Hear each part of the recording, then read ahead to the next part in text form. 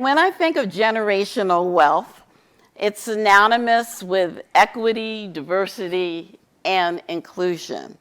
And one of the areas that we're really concentrated on in the DFPI is how we balance access for all at the same time providing the highest measures of consumer protection.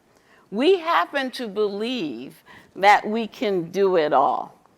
And to just give you an idea of my level of passion, I want to take you back. And I'm going to use my family as an example. I'm very, very fortunate I can trace my family back into slavery. I had two great uncles. One, my great-great uncle, Jonathan Jasper Wright, one of the first Black state Supreme Court jurists in this nation. The other was Samuel Hines Vick. Now, Samuel Hines Vick was very much an entrepreneur.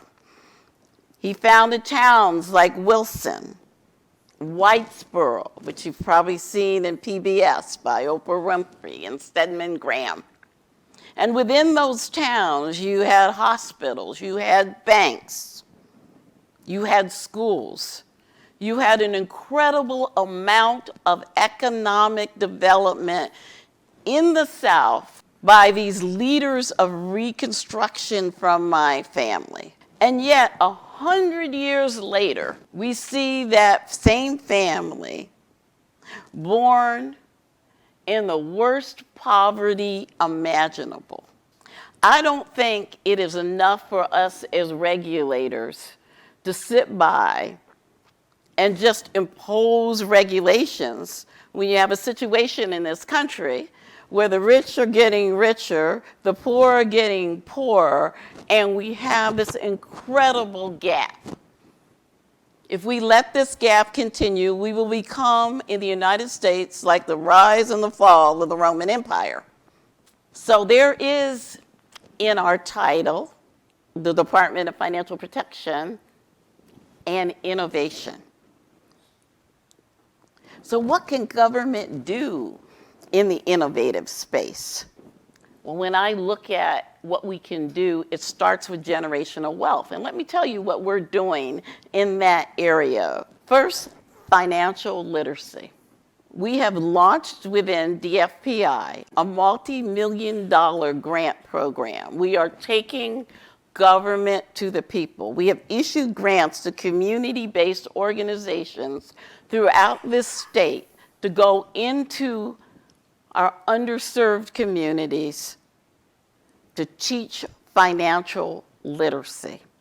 And we are targeting the most vulnerable in our state, which is our underserved, our students, our military, and our elderly. Then the second path to generational wealth is our students. We've always been taught education will set you free.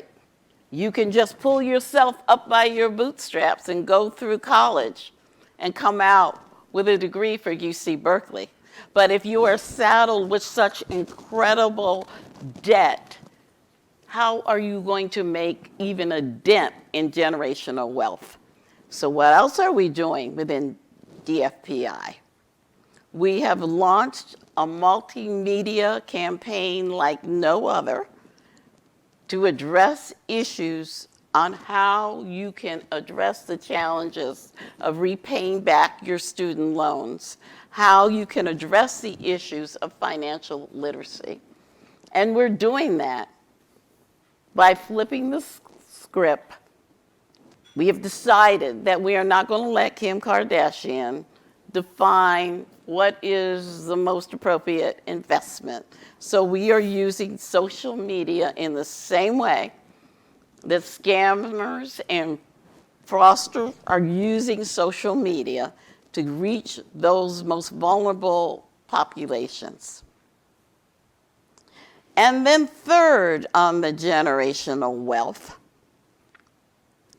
buying your first home. We're bringing people together, because I think that's what government can do most of all, be that convener. Let's bring our private markets to the table, our public markets. Let's bring government, and let's look at what we can create in the area of public-private partnerships to incentivize